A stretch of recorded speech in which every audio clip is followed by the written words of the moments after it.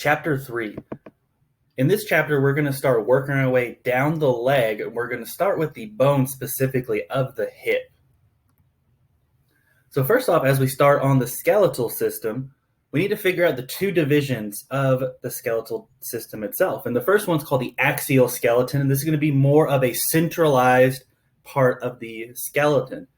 And in the axial skeleton, you'll find the skull, the vertebral column, something called the hyoid bone, which is a little bitty bone in the neck region, all the ribs, and the sternum. The appendicular skeleton, the appendicular is telling you has to do with the appendages and also including their girdle. So your arms and your legs are your appendages, and how they attach to the axial skeleton are the girdles. So the upper appendage, which is your arm, it attaches through a girdle called the pectoral girdle, which is just a fancy way of saying your shoulder. The lower appendage is going to attach through your hip, which is called the pelvic girdle. So our main hip bone is called an os coxa. Os coxae with the E is going to be plural, and so you just drop the E for singular, os coxa. So each one of these are made up actually of three separate bones that fuse together. Those three bones are the ilium bone, the ischium bone, and the pubis bone. So you'll have one on each side. All three of these are going to fuse together at a depression on the lateral side, or the outside of the bone, called the acetabulum. And so this is a really important landmark for you to find. It's real easy to see, but this acetabulum tells you this is the outside of the bone, and that's going to help you figure out right from left. So as we take a look here, this is a really cool picture where we can see a color code for each one of these bones and their divisions. So in blue here, we have the ilium. In red, we have the ischium.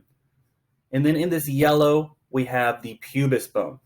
So this big depression right here, we'll highlight this with a green. This is called the acetabulum. So this big circular depression.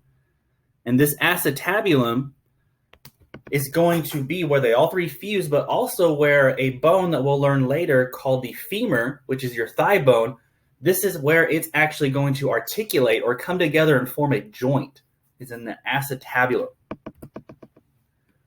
So as we work on features, which are just specific parts of each one of these bones, keep in mind kind of what bone we are hanging out on. So we're going to start with the ilium bone.